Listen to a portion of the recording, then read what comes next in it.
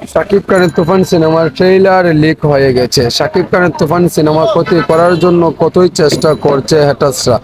এখন দেখেন, ঈদের মাত্র আর 3 দিন বাকি। 3 দিন পর আমরা এই সিনেমাটি দেখতে পাবো। এখনো ক্ষতি করার ফন্দি পেতে আছেন হ্যাটার্সরা। শাকিব হ্যাটার্সরা এতই হিংসুটি কেন আমি বুঝতে পারি না, কারণ এই যে তুফান সিনেমাটি ক্ষতি করার জন্য লেগে পড়ে আছে। এখন আমাদের কথা হচ্ছে, সাকিবিয়ান যারা রয়েছে তারা কন্টেন্ট তৈরি করে যে এটা লিক করেছে, তাকে উচিত শিক্ষা দেওয়া খুবই আমাদের দরকার। কারণ এই রকম সময়ে এসে এই কাজটি করা একদমই উচিত হয় নাই, কারণ এই ট্রেইলারটি রিলিজ দেওয়ার আগেই কিন্তু লিক করে দিচ্ছে।